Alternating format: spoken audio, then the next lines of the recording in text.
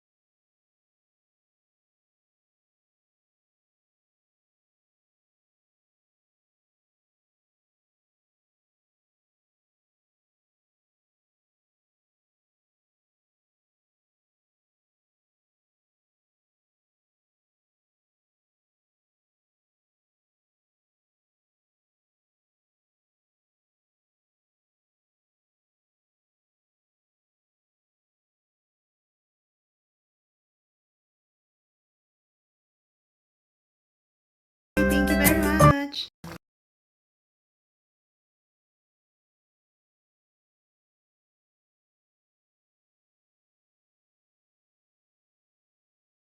Hi guys! Mega loud shout out po sa inyong lahat at nagbabalik na naman si ate sa kusina. Kailangan ko pong mag-ready ng aming hapunan.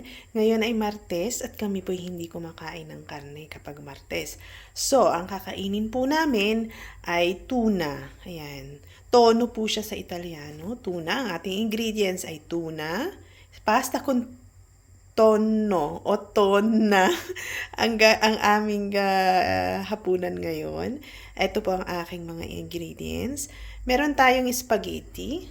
Yan, spaghetti, olive oil, and tuna. Meron tayong isang buong bawang, sibuyas. At meron din tayong cherry tomato. Chili pomodoro ang tawag dito sa Italy. At yan po ang aking mga ingredients. Masarap po itong pastang ito. Pasta con tono e pomodoro ciliegi. Let's go guys! Magluto na po tayo! At ayan nga guys, ready na. Ito ang aking tuna. Ito ang aking bawang. At sili, naglagay ako ng sili. And then, nagayat na rin natin sibuyas. At ganoon din ang kamatis. So, let's go! Magluto na tayo. So, ayan. Painitin natin ang ating kasi wala akong nilagay, hindi sa kawali.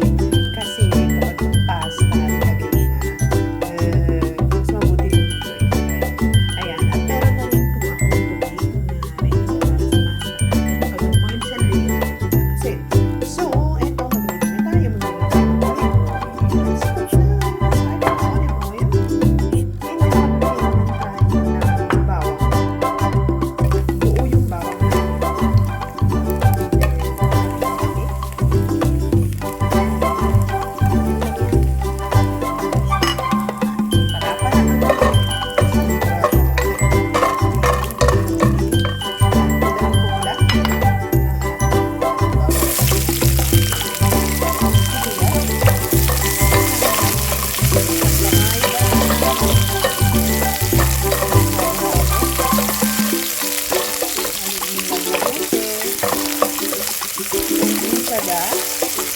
Patience lang sa pagluluto. Iwas sa talangkot ko. Yung iba, bawang lang at saka sili. Ako gusto ko sibuyas. I love sibuyas. Hindi ko ako sa sibuyas. Hindi sibuyas. And then, next po, ilalagay na natin ang ating cherry tomato. Diba? Babari lang na. Aking kaserola.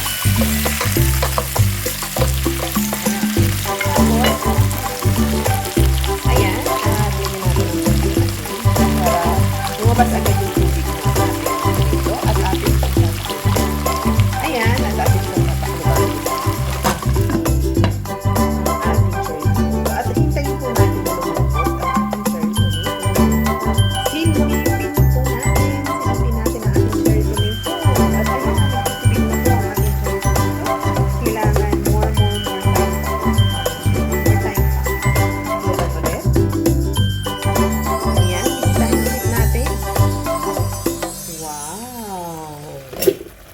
perfect.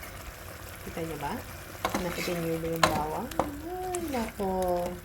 Pero sa trabaho ko, hindi po ako naglalagay ng sibuyas at bawang na magkasama. Pagka gusto nila ng bawang lang, bawang lang. Pag gusto nila ng sibuyas lang, sibuyas lang. Pero tayong mga Pilipino, sanay po tayo ng sibuyas at bawang. Ayan, nag-melt na pa nga po, nag-melt na at nagtutubig na ang ating sauce ng ating tomato, cherry tomato. Ayan, guys, ilalagay naman natin ng tuna. So, ayan, ilagay na natin ang ating tuna. Ayan, nilagay ko na lahat yung tuna ko. Tapos, huwag masyadong haluin. Tamang lang, konting halo lang, tapos okay na. Ayan, at takluban ulit po natin para mag-mix ng ayos yung mga lasa. At ayan guys, ano bang nangyayari na? Yun, ang sarap. Malalaglag ang pakit natin kasi wala. Ayan, hindi ko siya masyadong hinalo. Kasi mga madurog naman yung atin. Dudurog kasi pag hinahalo, nadudurog yung tuna. Ayan guys, tapos, syempre, luto na yan, papatayin na natin. Yan. Habang hinihintay naman natin ang ating water. Yan. Maglalagay naman tayo ng salt dito para ilagay natin ang ating pasta. So guys, ayan ang ating tubig. Nagbo-boil-boil na siya. Bagal naman yung mag-boil. Ay nako guys, ayan ang aking water. Kailangan bulak na bulak yung ating tubig. Kailangan boil na boil siya bago natin ilagay ang ating asin at saka ang pasta. Dahil sa mabagal ang apoy kung saan nakalagay ang aking kaserola, pinagpalit ko ng tayo. Ayan yung ating tomato sauce na may tuna, and then ito naman yung tubig. Ayan, nagbo-boil na siya, starting to boiling na. So, maglalagay tayo ng, kung meron kayong rock salt. So, ubos na po yung, ubos na yung rock salt ko. So, yung, yung salt na pino o, ano ba tawag sa, durog. Ayun, durog, sa Tagalog. Na salt. Ako lang, basta may salt, kahit rock salt, o yung durog na salt, okay lang yan. Kahit basta may salt. So, maglagay na tayo. Ayan, at maglalagay na nga tayo ng salt. At kung makikita mo, lalong magbo-boil ang tubig kapag nilagay mo ang salt. And after that, lalagay na po natin ang ating pasta. So, ayan. At ilagay na natin ang ating pasta. At nilagay na natin ang ating asin. At hayaan lang natin na bumaba ng kanya ang ating pasta sa tubig. Wait natin yan. Wait natin. Wait. So, ayan guys. Unti-unting bumababa ang ating pasta. Pero kung gusto nyo, kung makikita nyo yan, slowly siya na bumababa ng kanya. Pero, mabuti na rin na tulungan nating bumaba o mabasa, malubog sa tubig para mag-pair yung pagkakaluto ng ating pasta. Ayan. And then, wait tayo ng ilang minutes para maluto ang ating pasta. At habang inintay natin maluto ang ating pasta, ay silipin muli natin ang ating tuna. Ayan. Wow. Sarap. Ayan. Wait natin, nagbo-boil na siya. Mga 10 to 12 minutes or 11 minutes ang ating pasta.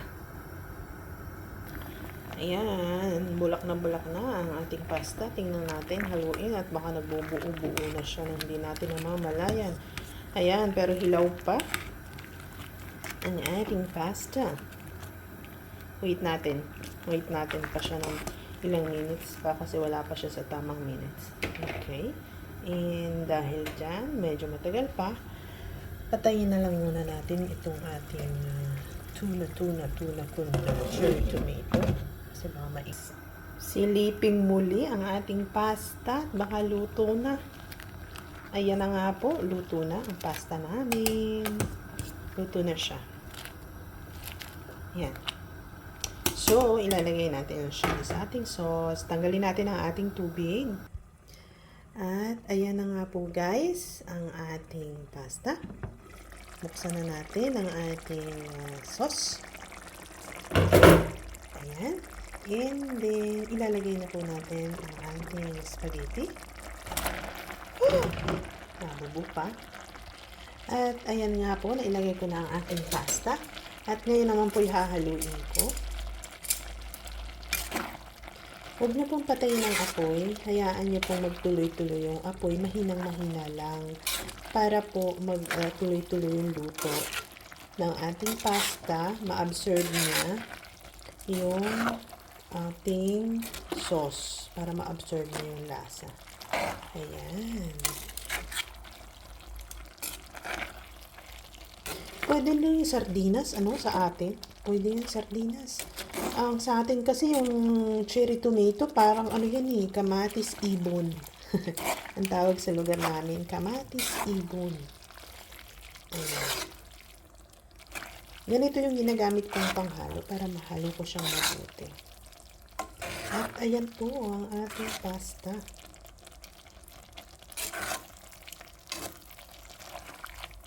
Taran! Yan ang pasta ni ate. O, diba? Simpleng-simple, pero masarap yan.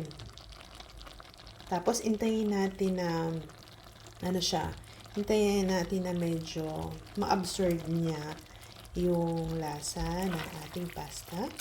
Pero, kailangan continuous ang paghahalo. Ayan.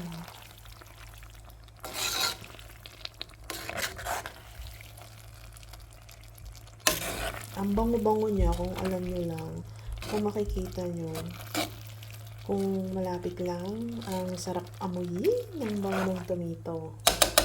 Tanggalin niyo naman yung bawang kung ayaw niyo, tanggalin niyo. Pero ako gusto ko, kaya hinahayaan ko na lang yan dyan.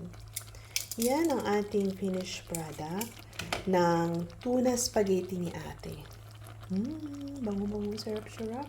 Ayan, pagmaslang mabuti, hinahayaan ko lang siya sa mababang apoy para ma-absorb niya. Kasi yung pasta, niluto ko po siya ng mahina lang ang, hindi siya lutong-luto. Ang tawag dito, al dente. Kumbaga, hindi siya half cook. Luto siya, pero matigas pa siya ng konti. Kasi, i-continuous ko ang pagluluto dito sa sauce para ma-absorb nung pasta o nung spaghetti yung ating ginawang sauce. Kasi madagdag dagdag sarap at lasa. Yan. Ganyan lang po kasimple, parang gisa-gisa lang sa atin yan eh. Ayan, ang pasta ni ate. Sana nagustuhan nyo at sana nasundan nyo ng mabuti ang ating pagluluto. Napakasimple, pero masarap. Yan, ang ating pasta.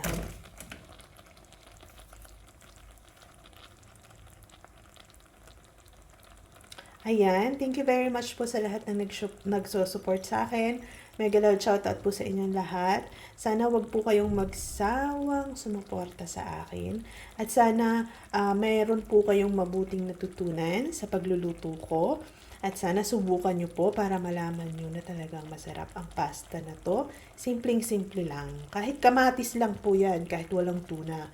Nadagdagan lang ng lasa ng tuna, ng isda. Kung walang isda, yun, cherry tomato lang po. Cherry tomato lang. Sibuyas, bawang, asin, konting sili kung gusto nyo. Yun lang, masarap na po yun. Ayan. Thank you very much po sa inyong support. At again, kita-kita po tayo sa kusina ni ate. Bye-bye everyone. Thank you very much. At ayan na guys, ang aking finished product. Ang ating malinamnam at napakasarap na tuna. Wow! O diba, ang sarap, malinamnam. Ayan. Wow! Ayan po ang aking ingredients. Let's eat guys, let's eat. Sarap-sarap.